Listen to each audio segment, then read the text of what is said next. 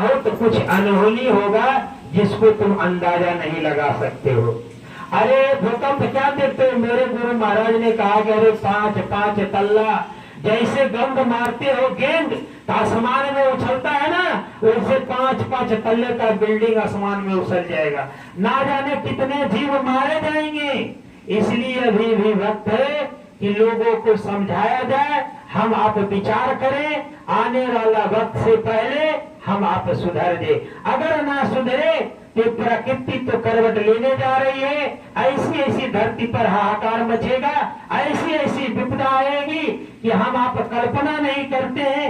ऐसे ऐसे मुसीबत खड़ा हो जाएगा। हम आप विचार करिए, जो बूढ़े बुजुर्ग हैं उनको पता होगा। अरे गांव में कोई बीमारी होती थी, गांव के छोटे मोटे डॉक्टर ही इलाज कर देते थे, सब ठीक हो जाते थे।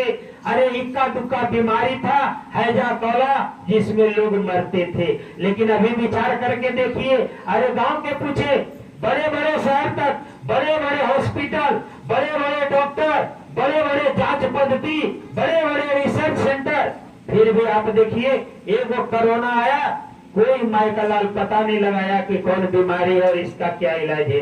जब तक रिसर्च हुआ, जब तक साबित हो पाया, जब तक लाखों लाख की जाने चली गई।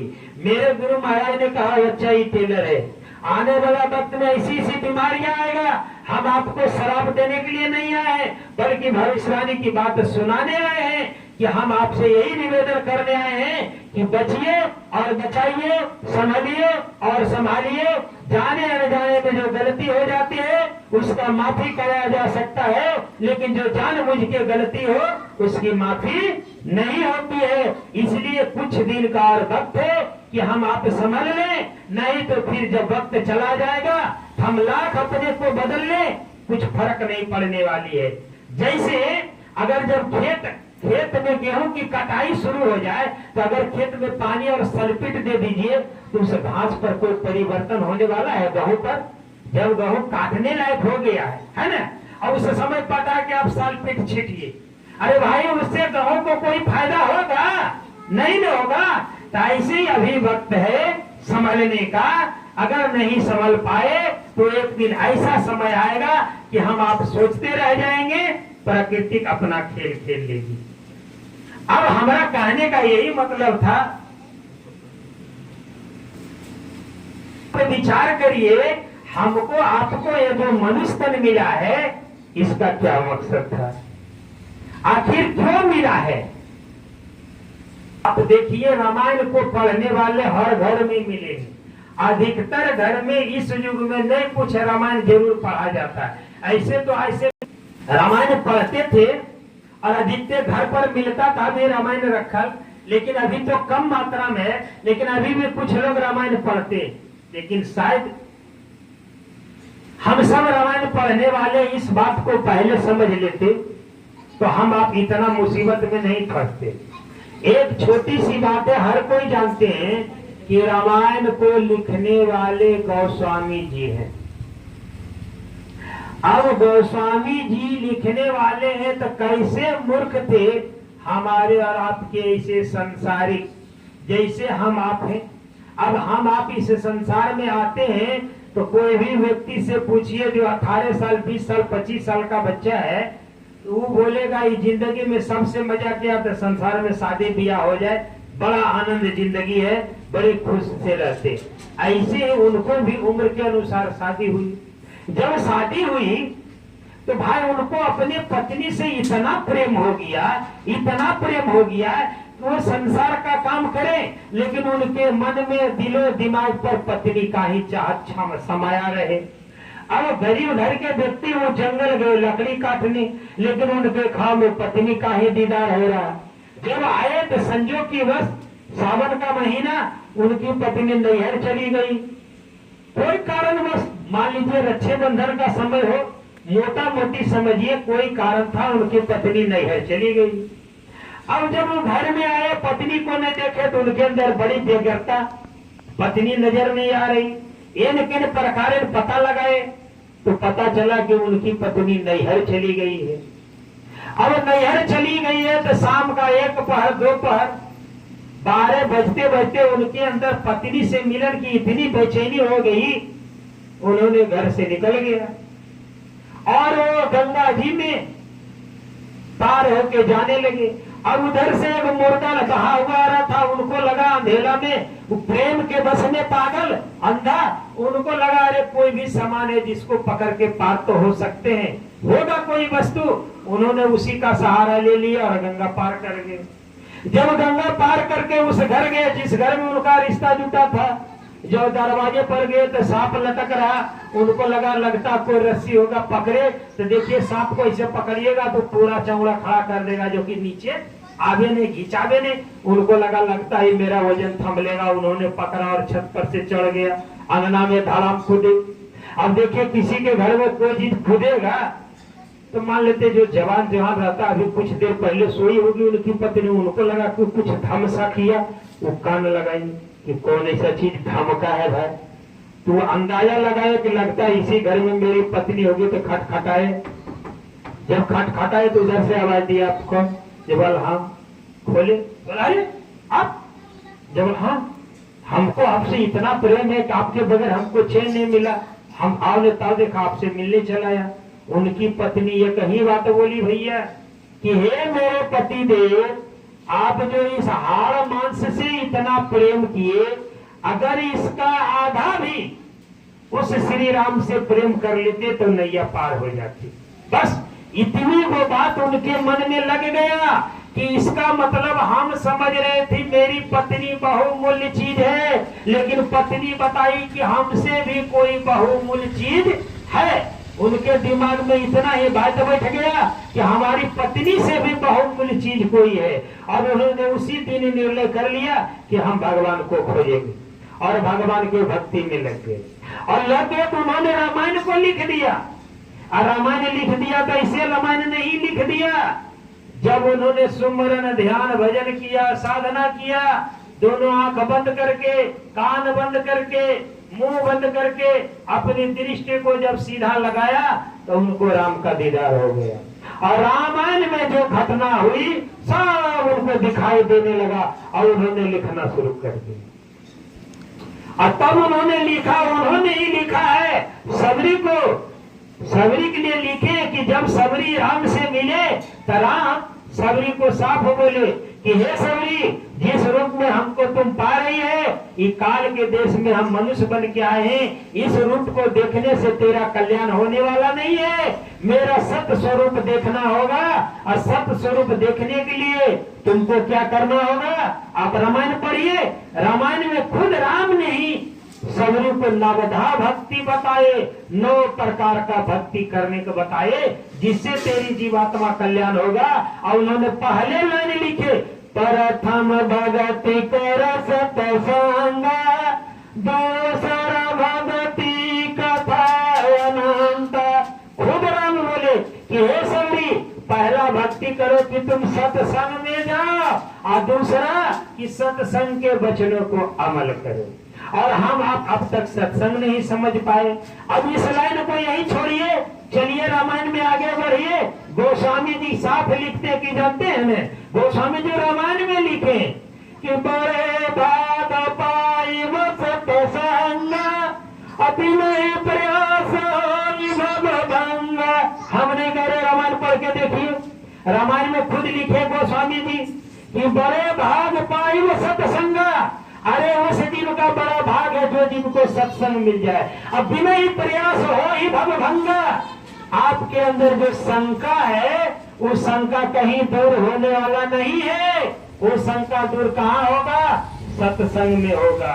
कैसे सत्संग में दूर होगा, वही सत्संग में दूर होगा जिस संग में आपको, जिस सत्संग में आपको ये बात का ज्ञात करा जाए कि तुम शरीर नहीं, तुम जाति नहीं, तुम फलाना व्यक्ति नहीं, तुम धर्म नाम का चीज नहीं, तुम फलना का पिता नहीं, तुम फलना का पत्नी नहीं, तुम फलना का औलाद नहीं, तुम मालिक के दिए हुए अंश है और सत्पुरुष का अंश है। तुम्हारी, तुम जीव हो, तुम जीवात्मा हो, तुमको सूरत कहा जाता, तुम किसी का शरीर नहीं हो। ये शरीर रूपी खोल में, शरीर रूपी कमीज में, शरीर रूपी घर में तुमको कैद कर दिया। ये शंका कहाँ दूर होगा, सत्संग में होगा। सत्संग के अलावे कोई ऐसा जगह नहीं है जहां आपको ये ज्ञात कराया जाएगा कि आप शरीर नहीं है, आप आदमी नहीं है, आप जीवात्मा है, आप जाति नहीं है। वरना कहीं भी जाइए तो यही चर्चा होगी, आप किस जाति के, आप किस भगवान को मानने वाले, आप किस धर्म को, आप किस गांव के, किस समाज के, किस कुल के, किस खानदान के, यही बीच में चर्चा रहेगी। लेकिन सत्संग ऐसा जगह है जहाँ सत्य की चर्चा होगी। और मेरे भाई सत्य यही है, ये शरीर मेरा सत्य नहीं है, सत्य वही है जो कभी नहीं खत्म होता है, वो सत्य वही है जो एक न एक दिन खत्म हो जाएगा। आप इतिहास उलट के देखिए, धर्म ग्रंथ को पढ़िए, अरे विश्व पृथ्वी पर हम है न, हम आपसे पहले पृथ्वी कितना बार बना और कितना बार खत्म हो गया। आप जाइए फिर राजस्थान चले जाइए, राजस्थान में बालों ही बालों मिलेगा, वहाँ हमारे आप कैसे गांव शहर में चले, विचार करिए। अरे बालों ऊपर में कहाँ से आया, साफ जा रहे, कोई समय वहां नदी चलता होगा, कोई उस समय नदी चलता होगा। लेकिन प्राकृतिक परिवर्तनशील है, समय बदला, स्थिति बदली, फिर वहां जीवों का वास आया, वहां फिर परिवेश बना, वहां आज आदमी। आप कभी देखते हैं कहीं गोलियां खानिएगा तो 50 फीट 100 फीट के अंदर ऐसी चीज मिलेगा जिससे आपको अंदाजा मिल सकता कि यहाँ कभी कोई इंसान रहता होगा। तो मेरे भाई, मेरे गुरु महाराज ने एक लाइन में समझाया कि बच्चा छोटी सी बात समझ लो, ज्यादा टेढ़ा नहीं है, थोड़ा सा विचार खाली करने का चीज है। ये दोनों आंख से जो दिखाई देता है सब एक दिन विनश जाएगा। विनश जाएगा मतलब खत्म हो जाएगा, विलीन हो जाएगा, मिट जाएगा, समाप्त हो जाएगा। और जो ये आंख को बंद करने के बाद दिखाई दे वो रहेगा सबसे अजूबा बात। हर व्यक्ति को लगा भाई कैसा बात बोल दिया, ऐसा तो हम सुने ही नहीं है। अरे सच तो वही है जो आंख से दिखाई देता। लेकिन मेरे गुरु महाराज ने कहा कि बच्चा ना, जो आंख से दिखाई दे रहा है झूठ है। बोलो कितनी अजीब ऐसी बात कि इस आंख से दिखाई दे वो झूठ और आंख बंद करके देखे वो सच। अब लोग कहेंगे हम आंख बंद कर लिया कुछ तो सूझता नहीं। भाई विचार करिए, आंख बंद करिएगा कुछ नहीं सूझेगा। लेकिन मेरे गुरु महाराज ने कहा बच्चा रुको, अरे रुको, अब तक तुमको वो चीज कोई नहीं बताया जो मैं बता रहा हूँ। मेरे गुरु महाराज ने एक दूक नहीं 10 लाख की आबादी में बोला कि बच्चा कान खोल कर सुन लो, अब तक वो तुमको कोई ज्ञान नहीं दिया होगा। अरे 2 कान, 2 आंख, 2 नाक सबके पास है, लेकिन कोई बता दे 3 नाक, 3 कान, 3 आंख, तो आपको हमको अजीब ऐसा लगेगा, लगेगा कि नहीं? लेकिन मेरे गुरु महाराज ने बोला कि बच्चा अरे तुमको 2 आंख नहीं 3 आंख है। हमको भी लगा ये बाबा तो पागल हो गए, आखिया तो 2 गो दिखाते 3 गो। अरे मेरे बाबा बोले कि बच्चा कई गो कहा था, 2 गो बोले नहीं, एगो कने तो 3 गो। फिर अजीब ऐसा, अब बोले कि बच्चा नाक कई गो तो 2 गो, तो बोले ना एगो, फिर अजीब ऐसा 3 ऐसा। अब बच्चा बोला कि बाबा ये समझाइए, इस आंख से तो सबको 2 आंख, 2 कान, 2 नाक दिखाई दे रहा, लेकिन आप कहते 3 आंख, 3 नाक, 3 कान, ये कहां से आया? मेरे गुरु महाराज बोले कि बच्चा सुन लो, अब तक तुम सच्चे महात्मा के शरण में ही नहीं गया था, झूठ के लपेट लपाट में फंस गया था। अरे जब तुम्हारा परिचय नहीं जो दे पावे, तुम्हारा असली बाप का नाम मैंने बता पावे, तुम किस खानदान का वो नहीं बता पावे, तो फिर है क्या वो? मैं तुमको बता रहा हूं कि तुम्हारे अंदर 3 आंख है। अब कैसे? तो 2 आंख ये दोनों, 1 आंख जीवात्मा का, 2 आंख ये शरीर का, 2 कान ये शरीर का, 1 कान जीवात्मा का, 2 नाक ये शरीर का, 1 नाक जीवात्मा का। अब बोला कि बच्चे गुरु जी हम कैसे मान ले, हमको अब साबित करके दिखाइए। मेरे गुरु महाराज ने बोला कि बच्चा जब नाम दान दूंगा उस भारी महफिल में बैठ जाना। कैसे बैठना? पालथी मार करके सर पर कपड़ा ढर लेना और आंख को, कान को, मुंह को बंद कर लेना और दोनों आंख के बीच में जहां माँ बहन लोग बेटियां लगाती है, भाई लोग टीके लगाते हैं, वहां पर तो अपना ध्यान कर लेना। अब मेरे गुरु महाराज ने समझाया कि तेरे जीवात्मा का भी एक आंख है, और वो आंख जो देख ले वो कभी नहीं मरेगा। अब बताइए, इस आंख से हवा कभी दिखाई देगा? देगा जी? अरे भैया, इस आंख से हवा दिखाई देगा? नहीं देगा। इस आंख से आवाज दिखाई देगा? नहीं देगा। मेरे गुरु महाराज बोले कि हवा ये आंख से दिखाई नहीं दे सकता, आवाज इस आंख से दिखाई नहीं दे सकता, लेकिन जब तुम सिमरन ध्यान में बैठोगे तो मालिक की दया दृष्टि से वो ज्योति अपार है जो तुमको दीदार देगा, और ये आप खोलोगे तो बंद हो जाएगा। अब वही जो दिखाई देगा वही सच है, तो वो सच है, तेरी जीवात्मा सच है और ये शरीर झूठा है। शरीर एक दिन खत्म हो जाएगा। आप विचार करके देखिए न मेरे भाई, अरे मेरे बाबा परदादा छर दादा है, कोई रहलखिन यहाँ हो, सबे गलखिन न, हमो तो हो जेबो। विचार करो कहाँ से आए और कहाँ गए? अरे आए कहाँ से और गए कहाँ? मेरे मालिक ने समझाया कि देखो ये काल का देश है, कर्म के अनुसार तुमको आना पड़ता है और कर्म के अनुसार जाना पड़ता है।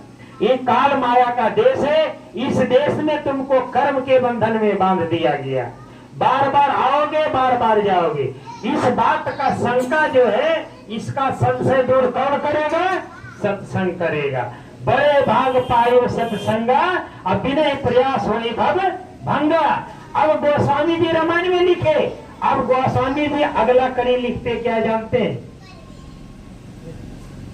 बड़े भाग मानुष तन पावा। अब सोचिए, मनुष्य तन बड़े भाग से पाए हैं। मनुष्य तन हम आप कैसे भाग से पाए भाई? क्यों भाग की बात हो गई?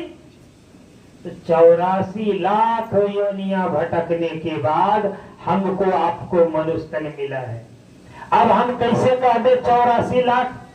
तो हमारा सनातन कहता मेरे भाई कि 4,84 लाख योनिया यानी 4 खान में बांट दिया गया है, और उसी में हमारा आपका जीवात्मा भटकते रहा। जब मालिक की दया हुई तब हमको आपको मनुष्य तन मिला। अब पहली दुनिया क्या है? अस्थावर। अस्थावर किसको कहते हैं? जो अस्थिर रहता। अब भाई जानते हैं अस्थावर जोनी में 30,000 प्रकार का, एक दूने 30,000 प्रकार का प्रजाति है। जैसे बायोलॉजी वाला लड़का जानता है कि बायोलॉजी में पढ़ाया जाता प्रजाति मतलब नस्ल।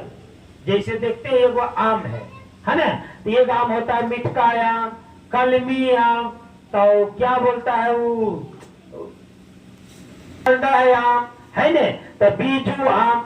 ऐसे ही 30,000 प्रकार की जोनियां है अस्थावर में, और अस्थावर उसको कहते हैं जो अस्थिर है।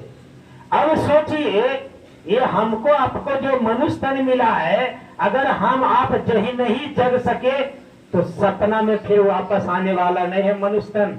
प्रमाण के साथ गौर करिए, अगर अस्थावर हमारा आपका जन्म मिल गया तो अस्थावर में एक पेड़ पौधा है। आप विचार करके देखिए, बहियार में कोई होगा लगा लगो महुआ, तारे बाबा के बाऊ लगाए होंगे, नहीं समझे? बाबा के बाऊ, हमारा बेटा का बेटा भी लगता वो महुआ को खाएगा।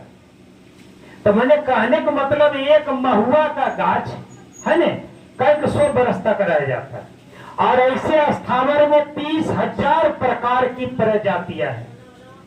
अब सोचिए, एगो आमे ले लो, एगो महुए ले लो, एगो पेड़े ले लो, एगो नीमे का गाछ ले लो। अब सोचिए, अगर हमको आपको मनुष्य तन मिला, इस तन में अगर हम मालिक का गुणगान नहीं कर पाए, हमारा आपका जीवन अगर नहीं सार्थक बन पाया, अगर वो महुआ में गया तो विचार करिए, अरे 30,000 बरस तक ले तो महुए भटकेंगे। कलयुग का उम्र है ये कितना है? 400 कुछ बरस हम ओकरे में डूबते रहेंगे, 4 लाख कुछ बरस, तो सोचिए हम आप कहाँ जाएंगे। अब देखिए एक स्थावर में ऐसा आया जिसका 30,000 बरस तक जीव भटकेगा, मतलब 30,000 बरस प्रकार की 30,000 लाख प्रकार की प्रजाति है, वैसे वैसे प्रकार के, इससे इसमें इससे इसमें इससे। अब दूसरा चलाइए, उस्मज खान कहता है, उस्मज जो गर्मी से पैदा होता है। अब देखते हैं अभी अगर गर्मी का दिन है तो आप देखते हैं जारवन वगैरह में पसीना होगा तो चिमोकन पैदा हो जाएगा, गर्मी के वजह नाली में कीड़ा हो जाएगा, तो उस्मज आता है उस्मज खाने में। अब उस्मज खाने में 27 लाख प्रकार की जाती है, 1-2 प्रकार की नहीं, 27 लाख प्रकार की जाती है। अगर कोई जीव उस्मज में चला गया कब उसको मौका मिलेगा मनुष्य। और दूसरा तीसरा चलाइए अंडज, अंडज कहते हैं जो अंडा से पैदा होता है, जैसे कौवा, मैना, ये सब अंडा से पैदा होने वाला। अब अंडा से पैदा होने वाला 22 लाख प्रजाति, 1-2 लाख में 22 लाख। हम आप कई को पंछी का नाम जानते हैं, 10, 20, 100, 50, 200-400 का नाम, इससे ज्यादा तो नहीं नाम जानते हैं, लेकिन कितना है 23 लाख प्रकार की पंछी है जो अंडा से बच्चा देती है। अगर ये जीव कर्म न कटा सकार उसमें तन मिल गया तो वो तना बार जन्मेगा, मरेगा, जन्मे बनेगा, मनुष्य तन कब आएगा। मनुष्य तन कितना दुर्लभ है, हमारा आपका सौभाग्य हुआ कि मनुष्य तन मिल गया है। अब अगर उससे निकल गए तो अंडज के बाद आता पिंडज। पिंडज मतलब माँ के गर्भ से जो होता है जन्म, तब पिंडज भी है 4 लाख प्रकार, 1-2 प्रकार के नहीं। अब पिंडज में क्या आता है, जैसे गाय है, बैल है, बकरी है, सुगर है, जिसका 4 पैर हो। अब इसमें 4 लाख प्रजाति है, इस सब में से होकर के जीवात्मा अंतिम तन मिलता गाय और बैल का। इसीलिए हमारे हिंदू धर्म में, हमारे सनातन धर्म में गौ माता का पूजा किया जाता है, इसलिए कि अंतिम तन गौ का है, उस तन के बाद ही हमको और आपको मनुष्य तन मिला है। मेरे भाई विचार करिए, समझने की कोशिश करिए, ये सत्संग है, सत्य की बात है, मनन करिए। हमारा आपका जीवात्मा आज से पहले गौ में था और जानवर में था। गौ थी जिससे औरत का जन्म हुआ, बैल था जिससे पुरुष का जन्म हुआ। अब हमने, मेरा धर्म सनातन कहता, सोचिए इससे पहले हमारी आपकी जीवात्मा गौ और बैल में थी। मेरा सनातन कहता है ना कि गौ की पूजा करो, गौ को मारो नहीं, गौ को शुद्ध खाना दो, गौ को पानी दो, गाय को प्यासा नहीं रखो। अब वो गौतन अगर कोई कारणवश उस गौतन पर अत्याचार हो, काटा जाए, मारा जाए, सताया जाए, अब उस तन पर जब प्रहार होगा तो उसका विचार कर्कश हो जाएगा, उसकी भावना कर्कश हो जाएगी, उसके अंदर द्वेष पैदा हो जाएगा। और जब वही जीवात्मा मनुष्य शरीर में जाएगा अब वो व्यक्ति में कर्कशता भाव आ जाएगी, वो व्यक्ति में कमुटन बात आ जाएगी, वो व्यक्ति में तनाव की बात आएगी, वो व्यक्ति में ईर्ष्या की बात आएगी। वो व्यक्ति का दोष नहीं है, वो जीव इससे पहले जिस तन में था उस तन का प्रभाव है। इसलिए विचार करिए कि मनुष्य तन मिलने से पहले गौतन है, इसलिए पशु की सेवा पर्व धर्म है। मेरे गुरु महाराज ने मात्र एक गाय से अभी मथुरा में कई हजार गाय हो चुकी है, जिसको रोज दिन चारा और भूसा दिया जाता है, गौ सेवा जाता है।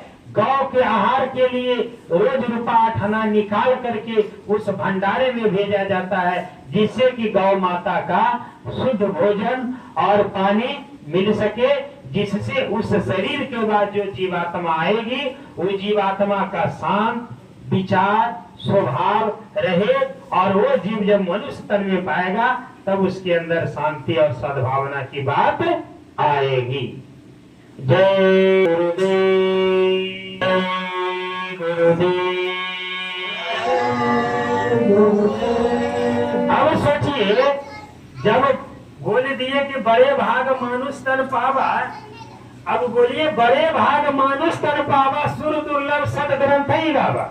ऐसा रामायण में लिखल है कि बड़े भाग मानुष तन पावा और सुर दुर्लभ, सुर कहते देवता को, दुर्लभ कहते मुश्किल। अर्थ को समझिए, रामायण लिखती हम नहीं लिखते, रामायण गोस्वामी जी लिखे और वही गोस्वामी जी लिखे रामायण और साफ लिखते तो बड़े भाग मानुष तन पावा और सुर दुर्लभ सत ग्रंथ ही गावा, कि सब ग्रंथ में मनुष्य तन की चर्चा है। और मनुष्य तन इतना सौभाग्य है कि सुर मने देवता भी इस तन के लिए ललायित है। और हम आप इसको क्या समझ लिए, कचरा का खाना। सनातन मेरा कहता है, रामायण मेरा कहता है कि मनुष्य तन पाने के लिए देवता भी तरसते हैं, और हम आप इस बात को समझने की कोशिश नहीं किया या तो समझना चाहे ही नहीं। और गोस्वामी जी लिखते हैं कि बड़े भाग मानुष तन पावा, ये तन पाना सौभाग्य की बात है। ये तन पा लेना बड़े सौभाग्य की बात है। ये तन इतना आसान से मिला नहीं, और अगर मिल गया तो अपने को सौभाग्यशाली समझिए कि ये तन मिल गया। अब क्यों मिला है ये तन, हमको क्यों मिला? अब तक हम आप यही समझते रहे, हमारे पिताजी आए, अरे खाए कमाए, कुछ रुपया पैसा जमा किए, घर दुगार बनाए, बैंक बैलेंस किए, अरे वो चले गए, उनके नाम पर भोज करके हम दे दिया, अब जो बचा है न हम खाएंगे। अब हमारा बात फिर मेरे बाल बच्चे आएंगे वो खाएंगे। लेकिन ऐसी बात नहीं है मेरे भाई, हमको आपको ये शरीर इस काम के लिए नहीं मिला था। अगर इस काम के लिए मिलता तो गोस्वामी जी रामायण में लिखे हैं, और हमने गोस्वामी जी लिखे, वही गोस्वामी जी रामायण में साफ लिखते कि ये शरीर को साधन दाम मोक्ष कर द्वारा, अपाई न जेई परलोक सुधारा। और ये शरीर हमको मिला साधन धाम मोक्ष द्वारा, मतलब ये शरीर मिला साधन किसके लिए? धाम जाने के लिए, मोक्ष पाने के लिए, अपने घर जाने के लिए। और हम आप इसको अब तक क्या समझ रहे थे? कमाना है, खाना है, बाल बच्चे को तैयार किए, इसी में लुप्त हो गए।